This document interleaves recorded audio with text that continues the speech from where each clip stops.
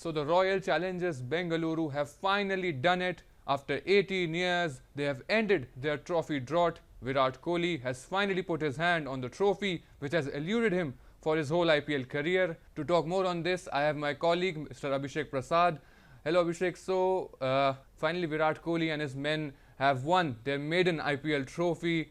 So, what are your first thoughts on this? Absolutely, Meher. It's a big moment for the Royal Challengers Bangalore and their fans. They have won that one trophy that has eluded them for the past 18 years, and a new champion has been crowned for teams that have been originally part of the IPL since its inception in 2008. It's tough luck for Punjab Kings, but RCB, what a team! They played like really like a Royals. In all the three departments this year, they came up good. And what special thing is they synchronized. They all departments synchronized together very well this year, and that's why we saw them doing well in every department, whether it's bowling, whether it's fielding, whether it's batting. I mean, when the auction happened, it didn't seem like they had made a very good team. Towards the end, they bought Liam Livingston and Josh Hazelwood, but they played, they managed their departments well, they planned the auction very well, and Andy Flower and Dinesh Karthik, they guys made first Rajat Patidar the captain, and then they fixed all the holes, all their batting department. They brought in Phil Salt, and that has really helped them in their batting.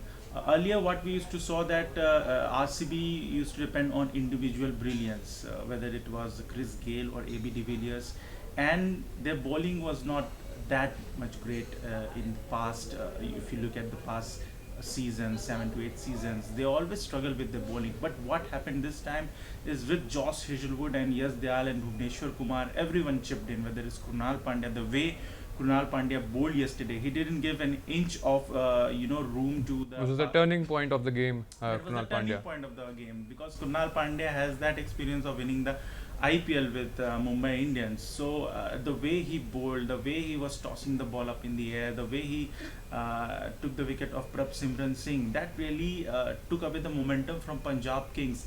They were going very nicely in the first 4 to 5 overs with 40 runs for no loss.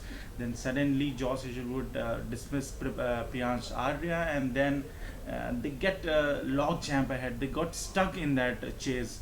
But for RCB, I think for Virat Kohli, it's a tryst with destiny.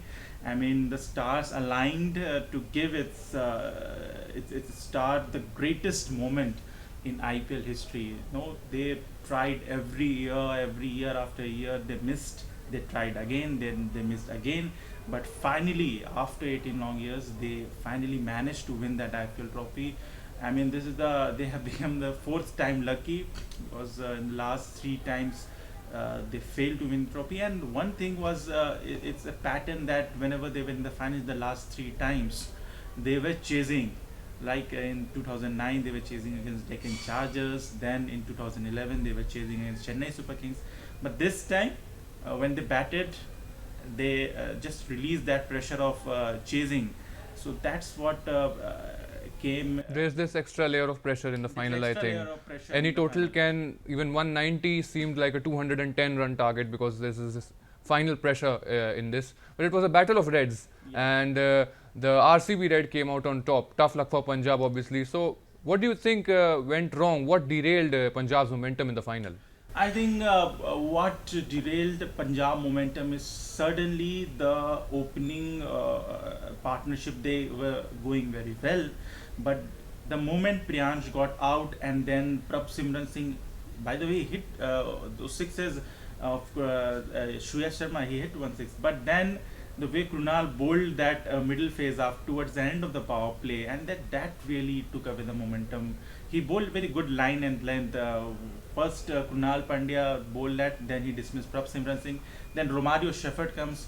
Romario Shepherd is that kind of bowler who bowls like an average line and length. So he what happened in previous match against Mumbai Indians, that ball was coming very nicely for Shreyas Iyer. Reece Topley was bowling, ball was coming very flat. But Romario Shepherd, his speeds 110, 120, he could not able to judge that ball and he nicked it.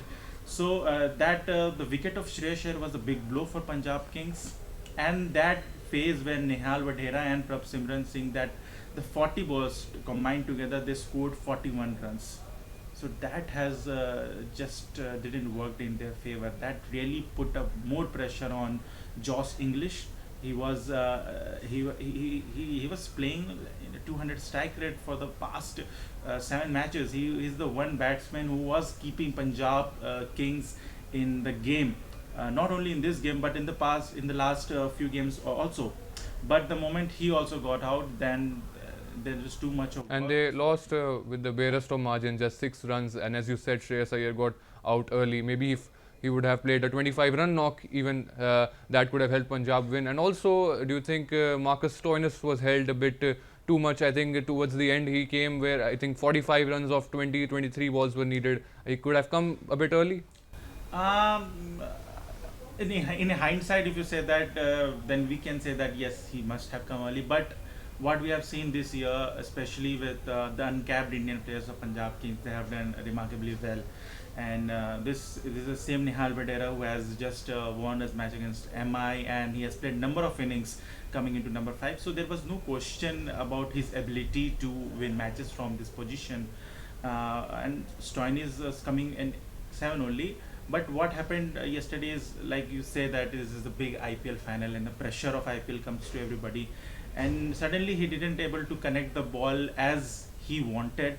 And the same happened with Prabh Simran Singh also. They both struggled, and the run rate went from 12 to 13 to 14. And when Shashank Singh and Marcus Stoinis came, the asking was too high. It was 15 runs per over.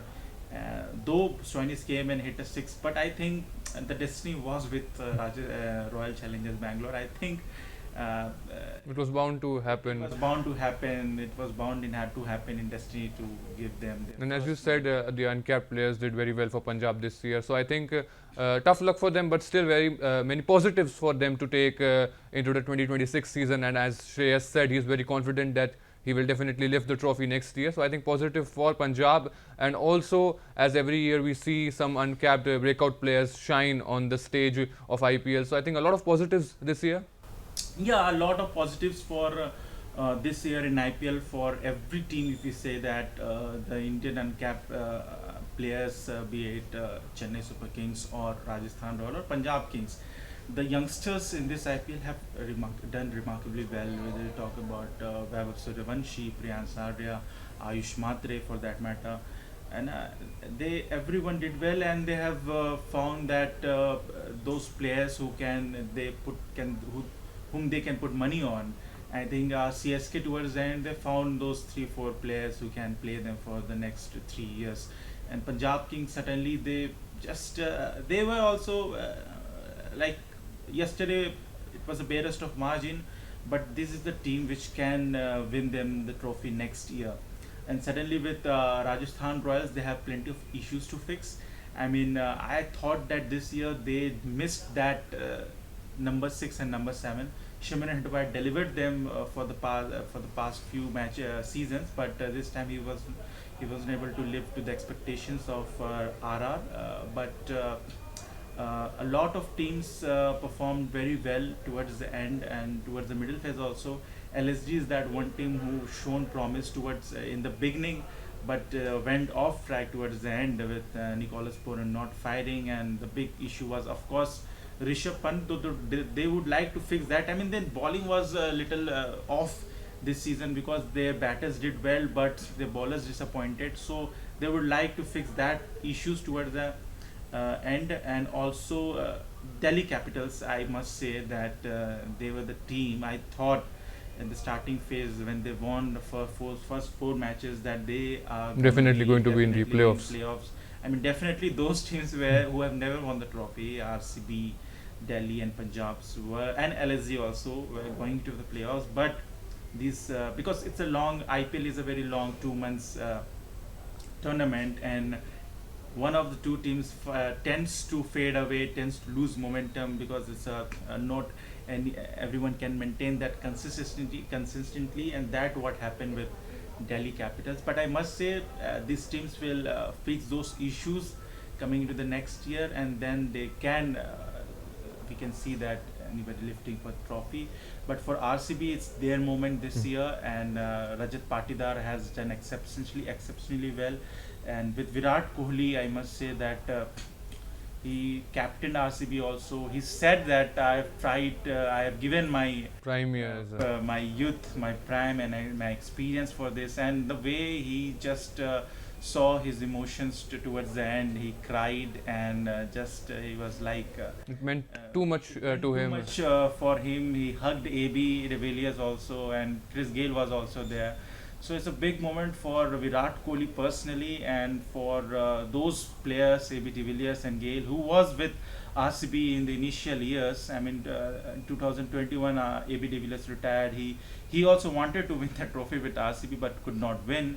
But finally, RCB won, and their fans, who were one of the very passionate fans, they were really happy. It was a perfect bookend to the IPL 18 with the 18 number jersey winning. Yeah. Obviously, it was, as you said, a battle of reds, and the RCB red came out on top. They have painted the whole town red, and actually the whole country, because you don't have to be an RCB fan or a Virat Kohli fan to feel good for RCB and Virat Kohli, because the tears and the emotions in his eyes, you can see that how much it meant to him. And obviously, going into the next year, there are a lot of positives, as we talked about.